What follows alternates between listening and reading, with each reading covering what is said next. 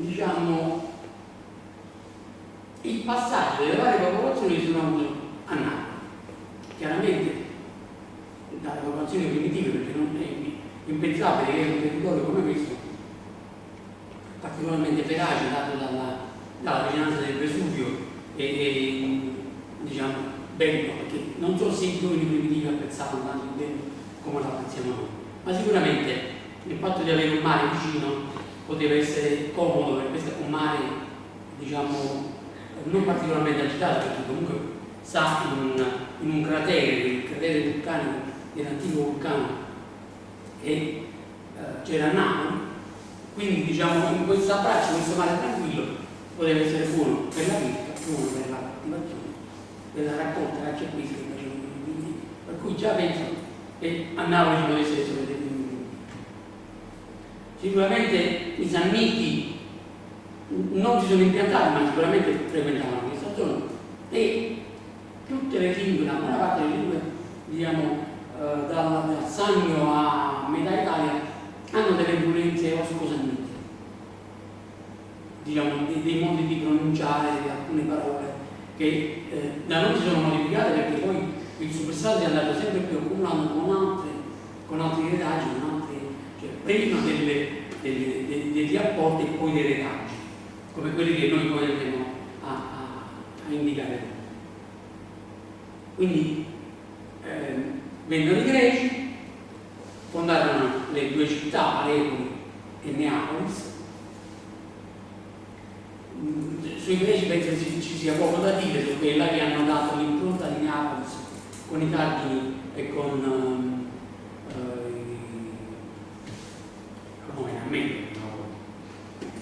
i Decumani, che appunto hanno creato questa definizione, diciamo, a quadrati, per cui tutte le varie strutture che hanno poi definito i Romani, che definivano la città. Ora ci vediamo spaccanati, e quindi abbiamo ancora un retaggio greco visivo che è appunto spaccanato, che è uno dei tre Decumani che dividevano la nuova città di Napoli. Sicuramente gli Etruschi non abbiamo una presenza vera degli Etruschi, ma sicuramente con Cuma gli Etruschi hanno avuto a che fare, hanno fatto scambi commerciali, non dicono gli studiosi che gli Etruschi hanno lasciato delle tracce vere a Napoli, perché se le hanno lasciate ai Cumani, e gli studiosi degli Etruschi comunque ancora loro non sanno queste popolazioni da dove venivano, che facevano, che dicevano e così via. Quindi un punto interrogativo abbastanza grande.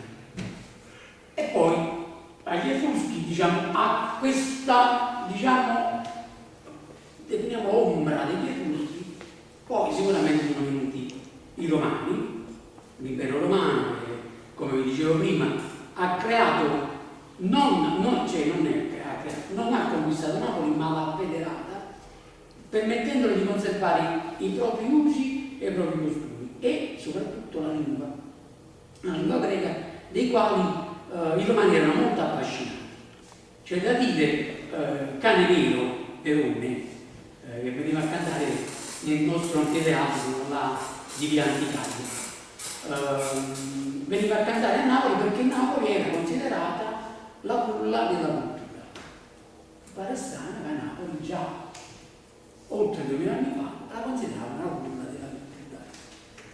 Dico già perché ancora oggi noi siamo, secondo me, abbiamo ancora, diciamo, la cultura della culla. Diciamo è un po' più coperta, ma abbiamo tutta una serie di cose, perché i napoletani sono persone che diciamo non stanno più sviluppando le loro idee a Napoli, ma ai noi, i napoletani buoni se ne stanno andando tutti quanti all'estero, e là il napoletano diciamo va a dare questa cultura in culle straniere, però diciamo sarebbe sempre bene che prima o poi Napoli si decidesse a raccogliere, speriamo possibile c'erano delle elezioni,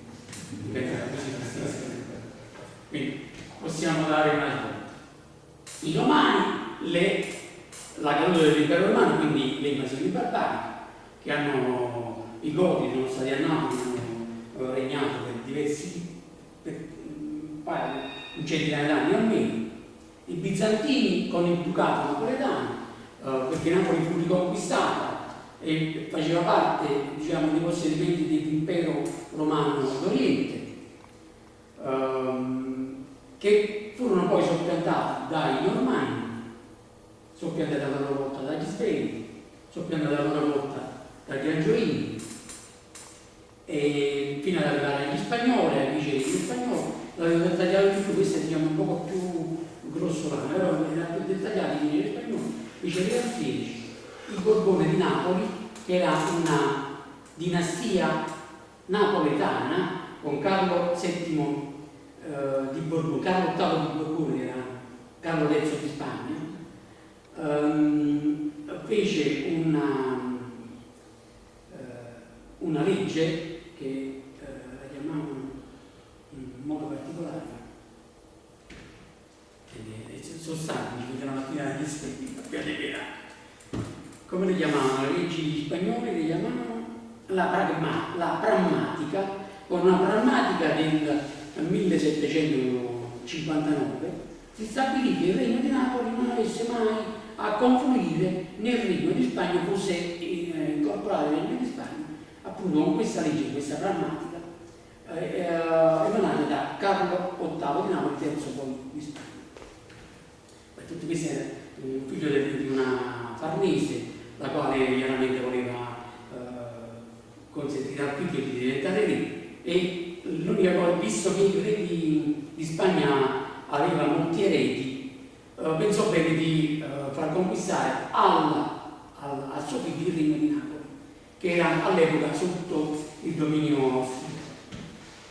Con la battaglia di Bitonto Carlo VIII riuscì a vincere e quindi si insediò nel Regno di Napoli, e 1734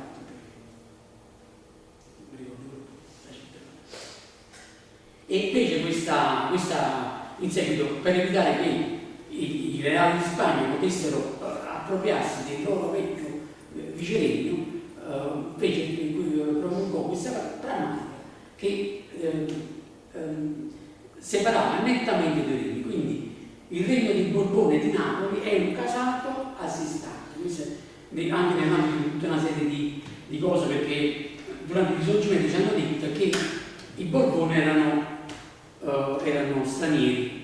Ferdinando IV di Borbone, terzo di Sicilia, primo delle due Sicilie, era nato a Napoli nel 1750, quindi era proprio napoletano, il primo regno che poi ha dato origine alla dinastia che ha regnato su Napoli per altri più o meno 130 anni, 34 al 60. E tutti nati a Napoli, quelli, i discendenti nati a Napoli ovviamente. Tutti, Ferdinando II nacque a Palermo, perché nacque nel 1815, quando a Napoli c'erano i napoleoni. Quando per esempio i napoleoni non sono stati indicati in questa prima, ma i napoleoni, quindi Giuseppe Bonaparte, il fratello di Napoleone, e Giacchino Murat hanno avuto una grossa influenza a Napoli, e devo dire, per quanto fosse una conquista militare, Giacchino Murat ha fatto una serie di leggi che erano importantissime, sono state poi conservate da Ferdinando I delle due Sicilie, perché erano delle leggi lungimiranti e adatte a uno Stato che all'epoca stava cominciando a diventare moderno, non modernissimo, parliamo sempre di un re assolutista, per cui non è, però stavano mettendo le basi, visto che comunque il Borbone, Ferdinando I, era un illuminista, diciamo, aveva tra i suoi cortigiani degli illuministi, il principe di San Severo, un importantissimo, importantissimo che ha partecipato alla stesura della Costituzione americana, ed era importantissimo. è stato ringraziato da Franklin. Addirittura. Niente di meno, non sì, ed era... perché è brutta, è una brutta bestia. Filangieri, il principe Filangieri, che da umanista, colto, scrisse, addirittura aiutò a scrivere, come vi dicevo, la Costituzione americana. E c'è una lettera, se non sbaglio, conservata proprio al Museo Filangieri, in cui Benjamin Franklin lo ringraziava per l'aiuto che aveva dato alla stesura della Costituzione. Quindi Napoli, vi dicevo, dall'epoca poi comunque questo il fatto che la cultura l'ha conservata e purtroppo a un certo punto non l'ha potuta tramandare. Quindi Napoleone, che tra l'altro una cosa importante, questo sempre nel discorso del risorgimento, i sovrani non erano italiani, e questo testino abbiamo confutato, devo dire un'altra cosa, un risorgimento. Andiamo avanti, ma veramente tutto. E quindi questa qua, diciamo, un po' più l'escursus storico, dopo il Borbone sono degli italiani, da allora è cominciato il declino di Napoli e del Regno delle Due Sicilie. E voglio indicare che sotto Ferdinando II di Borbone, visto che noi avevamo la prima ferrovia d'Italia, prima che morisse, quindi nel 1855-59, aveva previsto una completa riorganizzazione ferroviaria e stradale della Sicilia, con una completamente, invece di tutti i trattori, tutte le cose che ancora oggi sono, da quando sono stati conquistati i meridionali, ad oggi sono rimasti in Sicilia, sono rimasti i trattori, volevo dire, e il latifondo, che invece fu debellato da Gioacchino Murat con una sua politica. Infatti, il latifondo è quello là che diceva durante la Costituzione, il risorgimento, ma quelli del sud, il regno di Napoli, il regno delle Due Sicilie, erano tutti latifondisti e quindi un po' era vessato. E questa è un'altra cosa, che è una mezza baggianata, si è usato un altro termine, ma rispetto alle vostre vecchie su baggianata. Appunto, è una cosa che non esiste perché non esiste? Perché Gioacchino Murat perché era già debellato questa cosa della grazie. Grazie di esistere. Ok, allora abbiamo visto queste cose, vediamoci un pochino le dedicazioni greche, andiamo per ordine cronologico. E le greche qui sono citate, tutte cose. Allora, è un evento purtroppo gli eventi non si vede bene di parlare.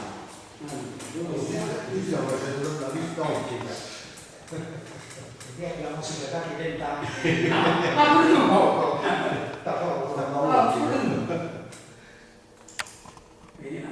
Oppure io, la G che si trasforma in B, abbiamo detto la parola, si scrive Burio, però poi non lo pronunciamo Burio, nessuno Burio.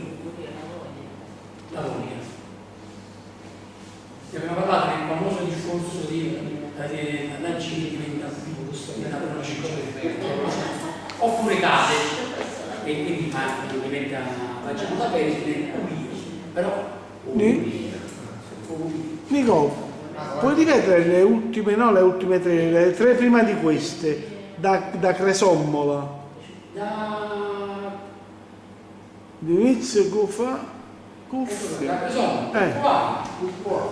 Cuccovai abbiamo detto che vedere il cabao e la derivazione onomatopeica, quindi del suono che fa, che i greci attribuivano alla civetta, poi si chiamavano il cabao. Molte parole venivano dal suono, sono di origine onomatopeica.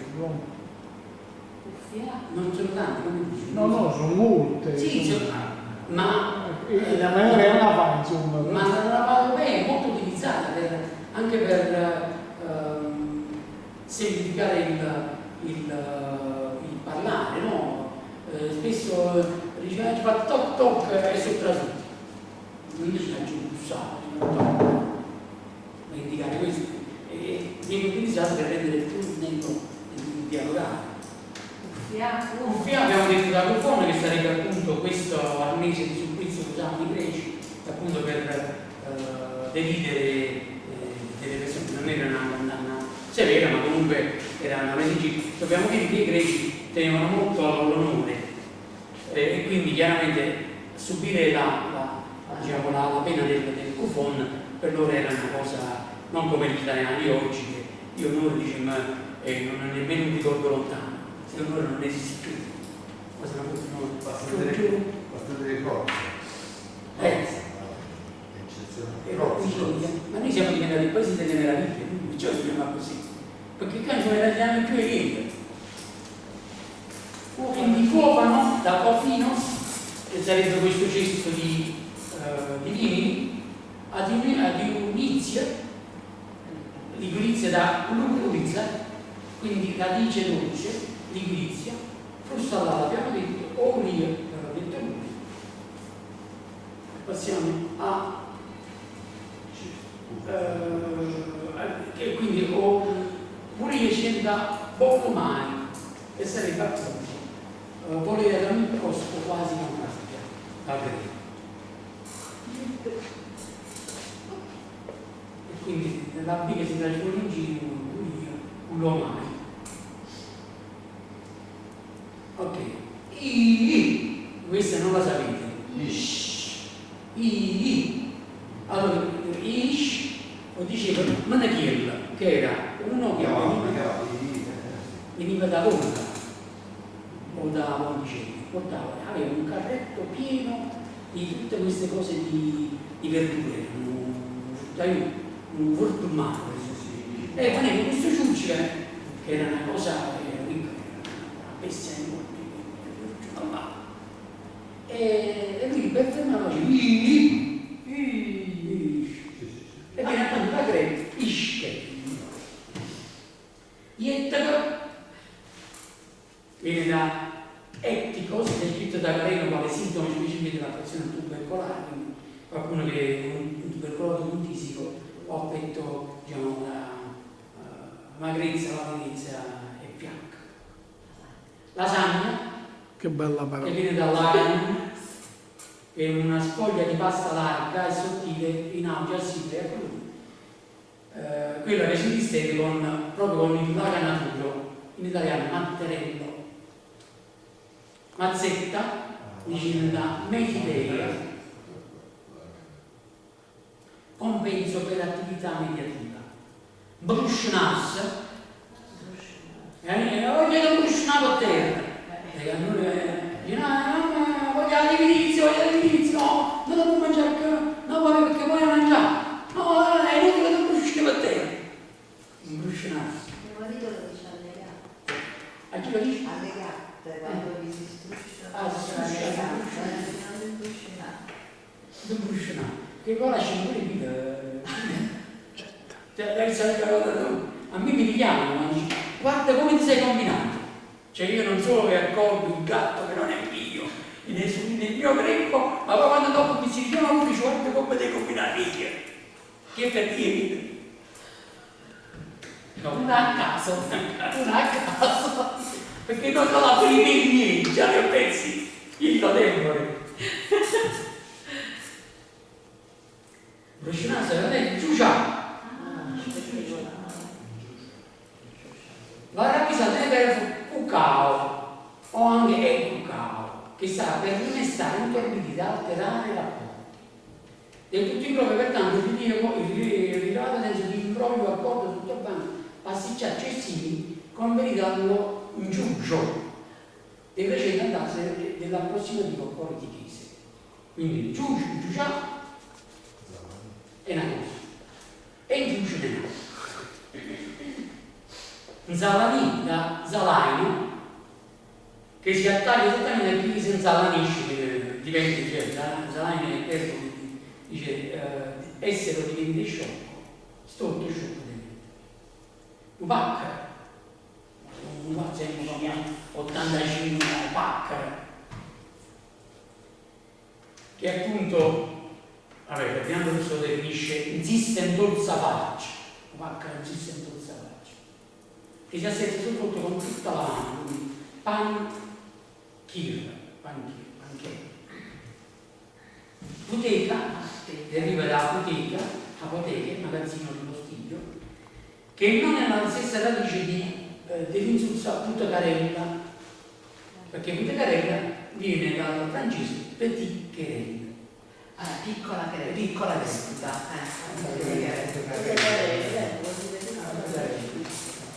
Ah no? se tu ne passi su carella, In televisione intervistavano dei passanti e l'azzeccare i passanti dei quartieri spagnoli che diceva fare il punto carella che significa arrabbiamo a Roma, via Roma, fare il punto carella che significa parlare di cose inutili, cioè disquisizioni su cose di piccole petit querelle, come i francesi.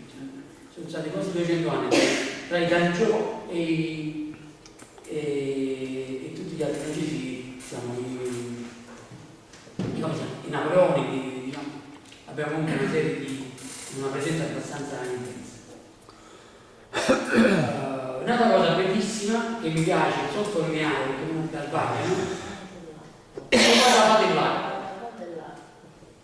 C'è un collega mio che dice o patatrac e là, che non esiste proprio una cosa.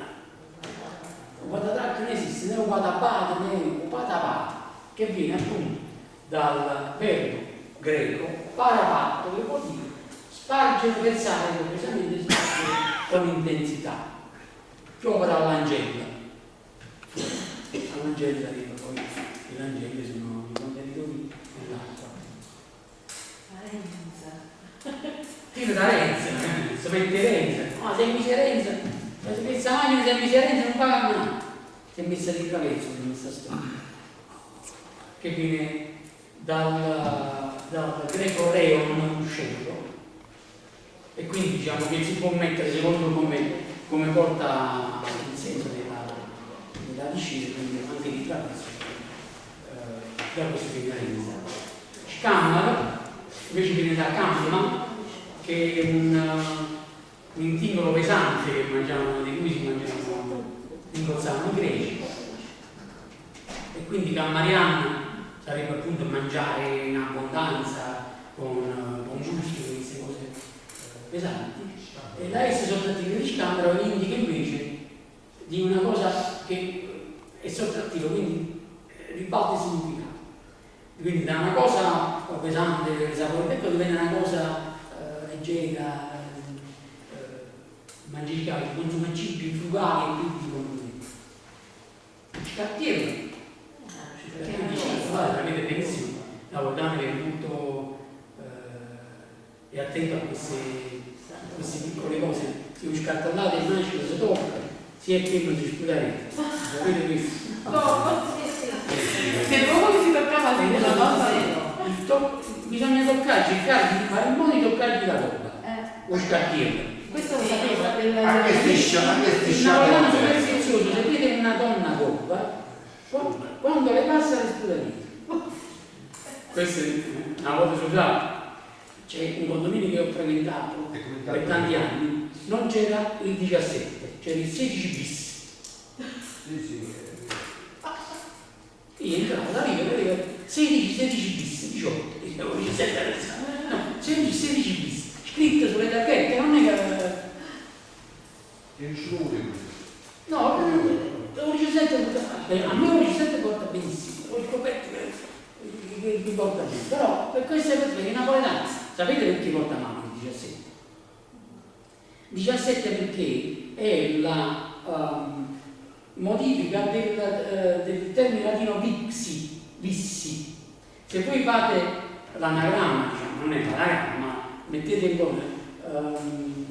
in nome vixi sono i termini usati che diventano 17. X, V e le due I, quindi è 17. E 17 si scrive in latino. X, V, I, I.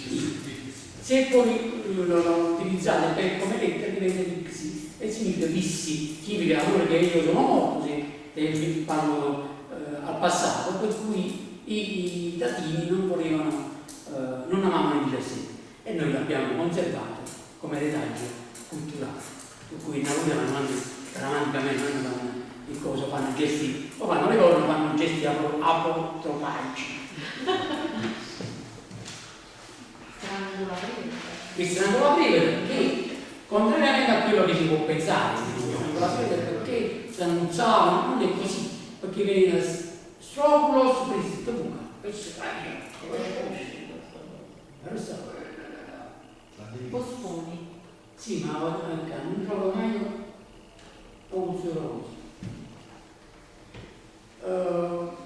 E strangola sono invece tipo gli gnocchi, però sono gnocchi senza patate, questo strangola si faceva già da prima che scoprissimo le patate e che le adottassimo nella cucina. Sapete bene che la patata, essendo più brava, i fiori della patata sono velenosi, per cui la parte edule non era quella là, diciamo, di vegetativa, ma era il tubero, la radice. Per cui per cominciare a capire che dovevamo mangiare il tubero e non la parte appunto delle foglie, dei fiori, ci abbiamo messo un po' di tempo. Per di più bisognava scavare la terra, per cui era un'attività, noi, tutte le popolazioni occidentali, molti mettevano sottoterra il regno dei morti, e quindi chiaramente le patate hanno avuto una difficoltà ad attecchire nel nostro, diciamo, nel ricettario gastronomico. E poi chiaramente in Francia c'è stato un momento Parmentier, che è quello là che ha cominciato a far capire ai francesi che le patate sono buone da mangiare. Da quel momento ci hanno abboffato di purelli. Sì. No, c'è da dire, i francesi che sono grati a questo scopritore, per la scienza, hanno fatto la tomba di questo Parmentier che è ad Eterni. Perché vi dico ad Eterni? Perché in Francia ogni 100 anni o rinnovi la concessione oppure vengono tutte a cacciare le 4 ore e a Etna. Invece questi qua, diciamo, le persone più in vista, più illustri del loro passato, li lasciano i loro monumenti e li lasciano così. E questi è tutto una tomba tutti storiato con le patate, Parmentier. È una cosa. E da allora hanno cominciato a fare le patate, oppure che ce l'hanno fatto Ma come patate fritte, patate fritte, sì, però l'hanno scoperto dopo, perché la patata non è che noi subito l'abbiamo adottata, perché se era la patata americana. la patata americana, è la stessa patata che noi abbiamo americana. Sono diverse. Non è più dolce la patata Sì, americana. è molto più dolce. No, ma la patata, se voi andate a Bruges, c'è il museo della patata e ci sono tutti i vari tipi di patate, bianco, rossa, nera, cocozze, tutte Dice la patata americana, la dolce non ne aveva, insomma. no, c'è la patata americana e dovresti definire bene la patata dolce, perché patata americana, tutte le patate vengono dall'America, dal Sud America, dalle Alpi. Stranamente quindi acqua e farina per fare il strangolapino. Acqua, farina e patata, naturalmente la patata bollita, per i gnocchi. Quindi ostruma da strobilos, corpo girante su se stesso, ostruma da cui viene ostruma la triniteppa e la cosa. Io non ho avuto la possibilità di giocare a strumma perché No. no, No, non è. no, Sì. ma non era un gioco per me, va tutta fatto Autolish, i 4 5 di comune, le 7 prese, c'è scenario preso. No, questo non è fatto, poi avevamo un lavoro.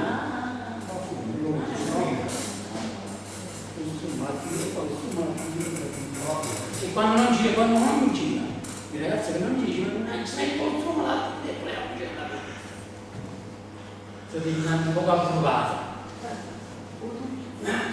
Turzo! Turzo è il mio.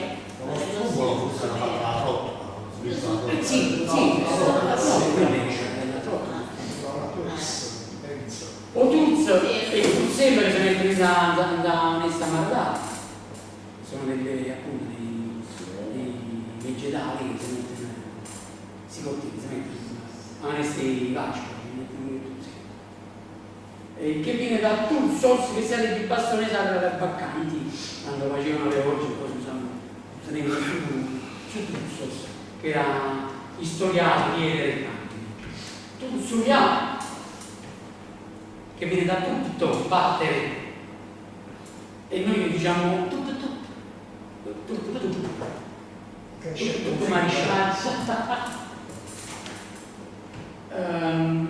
e che noi diciamo Tursulia è un pochino a un angolo di cui vedete il pronunciamento frequentativo, quindi Tursulia, in più lo rende più garbato, più Cautela.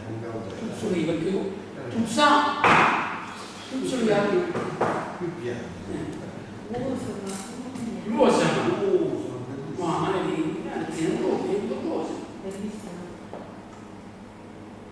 viene dal verbo smao, che significa sentire l'odore, l'olfatto, diciamo, annusare. Quindi lo smao. La stasa non si usa più. La stasa è stato utilizzato per chi viene una stasa, vuol dire una persona greca, una persona. Però non. Io non ho mai sentito, No. questa è la prima volta che l'ho sentito sapere. No, io frequentando questi libri e cose ritrovo questi termini di Vastasa. Perché per esempio insieme di Vastasa la Ruana, insieme di Vastasa la Ferrovia Vastasa Comune, che erano tutti dei facchini, che non dicevano facchini, dicevano Vastasa.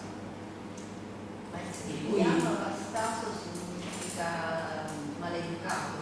E infatti questo è un termine che anche noi abbiamo, perché chiaramente è una persona che non è illiterata sicuramente, non bisogna che fa un lavoro del genere, incaricante molto in un professore di educazione artistica, diceva scaricanti di porto, ci faceva una scelta, allora facete gli scaricanti di porto, cioè, per lui era una scaricanti di porto, ma viste come si diceva scritto, che ne so, Satanasso, c'è una cosa bruttissima, si scaricanti di porto, quindi Bastasso probabilmente può assumere una valenza molto diversa. Viene da passato, sollevare, presentare pesi sangue della natura. Vuttana, oltre a Fanressa, oltre a Fanotta, oltre il mare, oltre fuori, dice parlo con chiarezza, quando è nautata, dico, mamma mia. Oltre, sì, certamente, pure importante. E questo nel senso di spingere, urtare, premere, trasmettere il movimento. E viene dal greco oteo, che però è differente dal buttarsi a papà, quindi gettarsi, oppure buttarsi al mare, oppure buttarsi di spinta, modo forse nel capo. Per studiare la caramella mi ha fatto anche prendere molta aria nello sport. E quindi la differenza tra il greco buttà nel senso di spingere e buttare in spagnolo, o del francese in spagnolo buttare, che è appunto di gettare. In napoletano chiaramente dice Yetta da Basci, come sa, ti yetta una scarpa, non dice te una scarpa, sì, però è più yettosano, non buttosano, buttosano. Gettare una Zumba è finita, è finita. Allora, se Zumba è finita? Sì, allora Zumba che viene da sun pesi, giocare insieme, e l'altra sun odois, ossia con i piedi, che così in ogni caso è presupposto di relazione verso l'altro. quindi non va a saltare una cosa almeno da bere su Basile. Pensi. A riprova piano rimanente recitare il nostro Dio, riportiamo due espressioni di raccontare la musica, ma la parola vedete. Yamma Pazia, Yom Pazzi, e Per Catapere. C'è scritto Per Catapere, però c'è scritto, è scritto Per Catapere. Per Catapere sarebbe potuto sembrare un cafone fuori. E invece si dice Per Catapere, mi sembra più napoletano, perché facciamo il famoso rotacismo della D, che va scritta D e non va scritta R. Ne abbiamo già parlato, vi faccio un piccolo promemoria. Che significa Repetita di nuovo. Per Catapere? Piano piano. Piano piano, ah, per Catapere. Per Catapere. Va bene? Ne avevo preparato di più di cose, pensavo di fare più presto, però non ci fa. La prossima. Alla prossima. Allora, alla prossima. I romani. I romani. I romani. I romani. Ok. Va bene? Ah, E metterò